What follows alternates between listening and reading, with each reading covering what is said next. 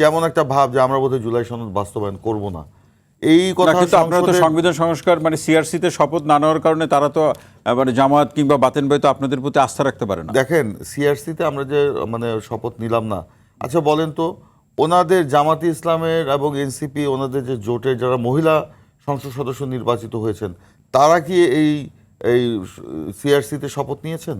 তারা তো একটা শপথ নিয়েছেন, অথচ ওনারা দুইটা শপথ নিয়েছেন। এই যে তাদের মধ্যে দ্বিচারিতা, এই যে তাদের মধ্যে, তারা ওইটাতে বিশ্বাস করে কিনা এটা দেখতে হবে। বিশ্বাস, আমার মনে হচ্ছে তারা এটা বিশ্বাস না করে বিশ্বাস এটাকে করে না। রাজনৈতিক বিতর্কের মধ্যে নিয়ে বর্তমান নির্বাচিত সরকারকে একটি জনগণের কাছে একটি বিভ্রান্তির ছড়িয়ে জনগণের কাছে হেয় প্রতিপন্ন করা। এবং আজকে দেখলাম নাহিদ ইসলাম আপনার যাত্রাবাড়িতে তিনি স্লোগান দিচ্ছেন যে কি আমরা এই সরকারকে আর ক্ষমতায় থাকতে দেব না। এই কথা আগেও বলেছে, শুধু আজকে না। আজকে আমি লেটেস্টটা বললাম। আবার বলছে তেল দে, জ্বালানি দে, গ্যাস দে, নইলে গদি ছেড়ে দে।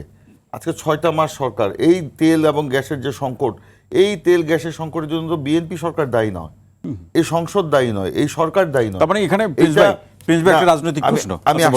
আমি আর শেষ করি একটু, তারপর আপনি প্রশ্নটা করলে এটা আমি উত্তর দিতে বলুন।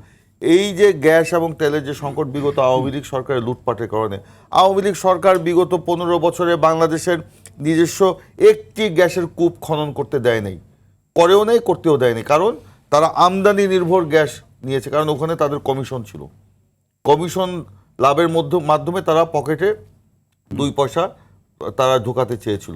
বিএনপি সরকার যখন ক্ষমতায় আসার পরে প্রথম 3 মাসের মধ্যেই আমরা এই বাপেক্সকে, যেটা আমাদের নিজস্ব, এটাকে আপনার মানে আরও শক্তিশালী করে তাদের মাধ্যমে আবার নতুন করে কূপ খনন করার জন্য আমরা দিয়েছি। হঠাৎ করে এখানে গত 21শে জুলাই এখানে এলএনজি একটা স্টেশনে আপনার একটি অগ্নিকাণ্ডের ফলে সেটা বন্ধ হয়ে যায়। বন্ধ হয়ে যাওয়ার ফলে সেখান থেকে গ্যাস সরবরাহ বন্ধ হয়ে যায় এবং সেটা এখন মেরামত হচ্ছে। মেরামতের পরে আপনার সেই সময় কিন্তু প্রায় 60 কোটি ঘনফুট গ্যাস বন্ধ হয়ে গিয়েছিল। এই মেরামতের ফলে 25 কোটি ঘনফুট কিন্তু ফেরত এসেছে। প্রিন্স ভাই আবার আজকে সন্ধ্যার সময় আবার ভালোই গ্যাস কিন্তু চলে এসেছিল, আবার রাত 9টার সময় আবার কিন্তু সেটা বন্ধ হয়ে গেছে। এই যে আপনার একটা মানে সংকটের মধ্য দিয়ে যাচ্ছে, এই সংকটের জন্য কি বিএনপি দায়ী?